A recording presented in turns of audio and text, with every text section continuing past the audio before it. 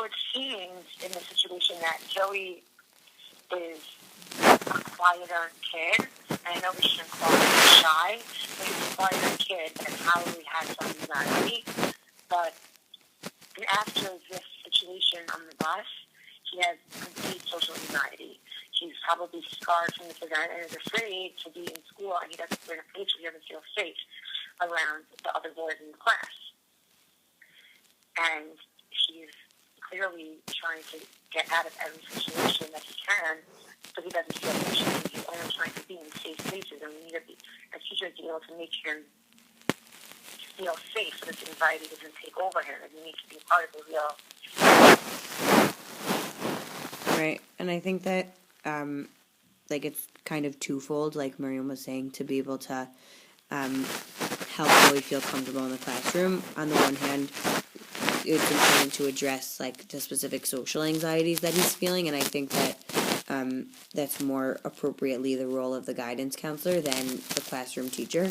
But as the classroom teacher, I think that it's important to make sure that the classroom environment is a safe space for Joey. So the Worrisome Parents website from the readings had some really interesting suggestions, like making sure that the student has a comfortable seat, making sure that the student is participating in ways that feel safe for them. I think that one of the most interesting things to me was that a lot of the accommodations have to really be tailored to the specific needs of the student, because one student might be comfortable only answering yes or no questions, and another student might be comfortable through written response and sharing that on the board through their iPad. So I think that you have to really be open and totally tailor it to the student, and just try to figure out how to not go overboard with the accommodations, but to use the accommodations to integrate them back into the classroom. So not that the student should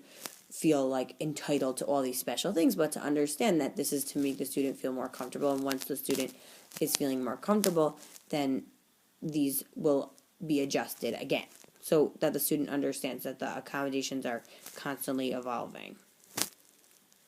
Right, and it needs to be specific, like you said, tailored to each child, because by speaking quietly and in a side group, in a side setting, in a private setting, to this kid might really freak him out to be alone with a teacher. It really might provoke anxiety also. Right. And he really won't have that. And you need to make sure no one is around. I happen to have a student in my class who's selectively mute because of anxiety. They're what? Selectively mute? Medication. And she just doesn't talk because she's so anxious. And she's not a shy and quiet girl. It's just she's not comfortable in school. They moved here in the middle of the year last year from Argentina, and she's not comfortable here. Wow. And she's not comfortable in the classroom, so she won't speak. So she sees a school psychologist, and she takes anxiety medication. But she's not a shy girl because she plays. She just refuses to talk. Does she talk while she plays?